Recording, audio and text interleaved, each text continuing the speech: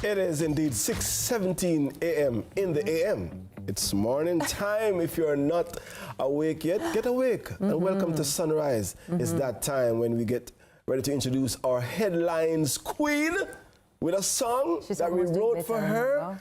And yeah, we're so see it better. Yeah. Ready, Anne. When tea time come pan up, we no want bad news pan up. Only good news pan up. With the voice pan the top pan up. Did you guys rehearse? No, we are naturally talented. We have a vibe. I think I would prefer it coming from John Mark, the singer. But we work with it. Whatever, man. So, I say, can you please me? I'm grateful. And I don't like it. Good morning. You guys are looking snazzy this morning. You too. You match the set. It takes one to... That is so true. True. You don't match the set. I do not. But ready to jump into the headlines? Let's do it. Why not? Let's do it. First up, government of Jamaica will not renew JPS license. This has been in the news. Jamaica's energy future is about to change. In a surprise announcement, Energy Minister Daryl Vaz revealed the government will not renew the Jamaica Public Service Company's JPS license when it expires in 2027 if the current terms and conditions don't change. The decision, formally communicated to JPS, comes after growing public frustration and calls from the opposition, particularly following widespread blackouts during Hurricane Beryl last year. Minister Vaz assured the public that there will be no interruption in service. He also clarified that the government will not be taking over JPS. Instead, they will begin negotiations with new energy providers.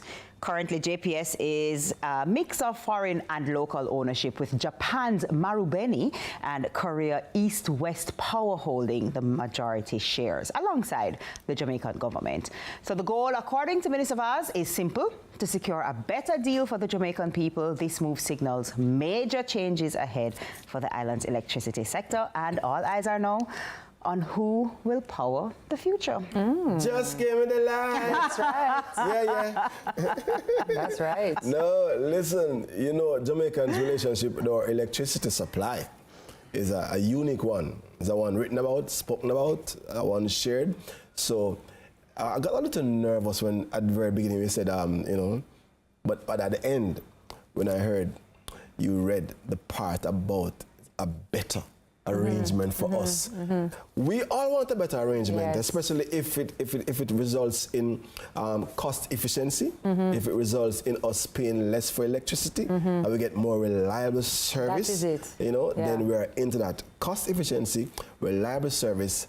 We're good. Yeah, agreed. I mean, and it's because the other day, a friend of mine, she had so many surges at once that it knocked out her microwave and some other appliance, and it's all because, for whatever reason, I don't remember if there was that big breeze before or there was a liquor storm or something. That freak storm. I really hope that we can also figure out ways and means to maybe run our power lines differently so that it is, there's a lot to discuss around this, but I think this is a positive thing. I think this is how you really create change, and this is how you create a better version of this for us, which is so important. Yeah, I mean, in my opinion, it just stands to reason that competition brings better service. You're motivated to do better. Now, a lot of the times JPS gets a whole lot of slack, and I will say, even in my experience, JPS has really been responsive in like power lines falling, in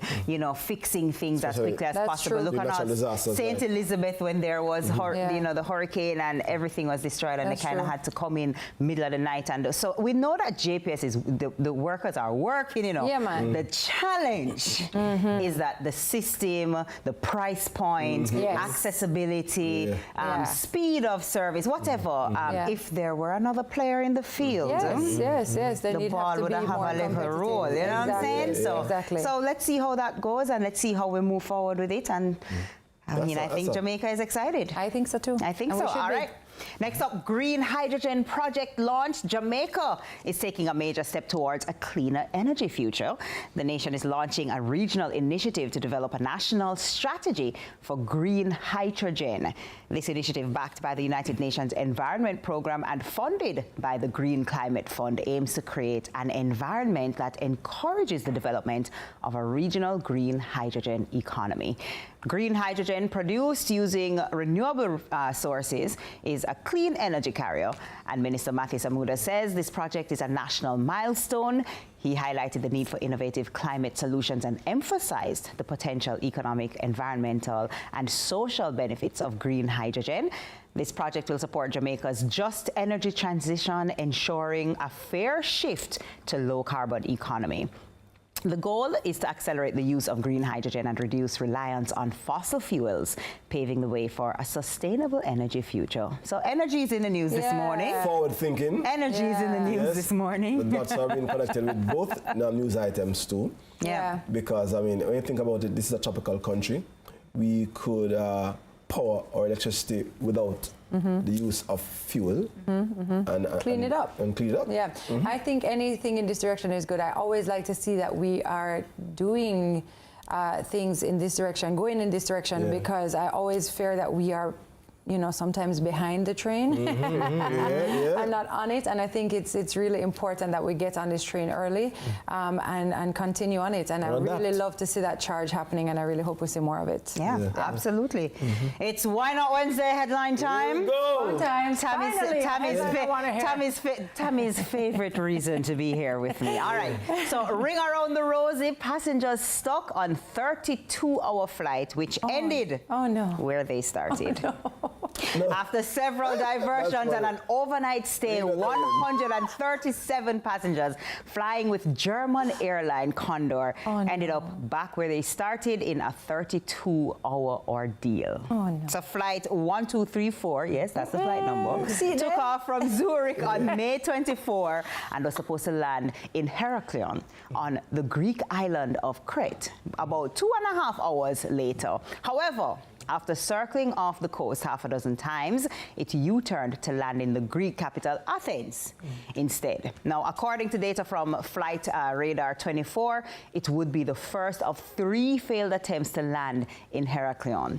Hopefully I'm saying that right. Yeah. After 2 hours in the Greek capital, the Airbus A320 pilots made a second attempt. Flight Radar 24 data shows the plane again circled over the Aegean Sea before diverting to Kos, another Greek island, in a 1.5-hour escapade. All of it, ring a rosy. After another, feel like it's a ground. No, we're not done. After another 1.5 hour on the ground, the A320 flew an hour north to Thessaloniki.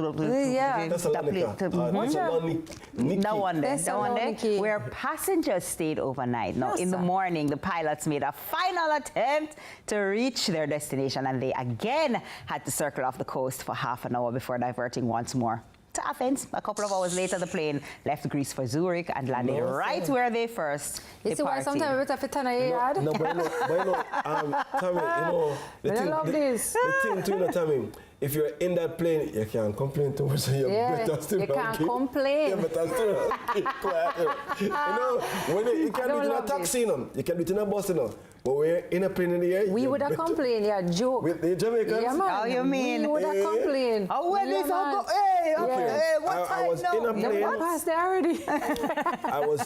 I was in a plane and I heard a similar situation. The pilot, he said we need to stop here to refuel because, we can't get to the destination. That's fine. Somebody complaining. No, me have to go work and say, all right, we're going to do because, we need the fuel, yes. In this situation, it's a little different. Yeah. It wasn't even like a fuel situation. It's just, I don't know, they just couldn't land. Yeah. I don't know what was happening. 32 hours. Yeah. Well, serve them for a one go to Greece.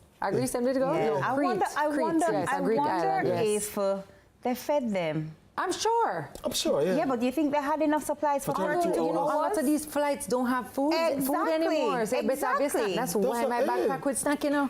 Let's try. All right, no more bag of 2 peanuts tonight. Hey, you can't imagine that yellow have food on the entire Look at me, plane. that's everybody. And you pop it on them smelling nice, shaking. Anyway, Oh, thank you well. for that. Appreciate it, I think. Although, no, I'm stressed out about, you know, any flights that take us You're round good, and man. round. Anyway, it's now time for a quick break, but there's more Sunrise after this. So what are we going to do, everybody? After 3, 1, 2, 3, we're going to Stick and stay. just like that flight.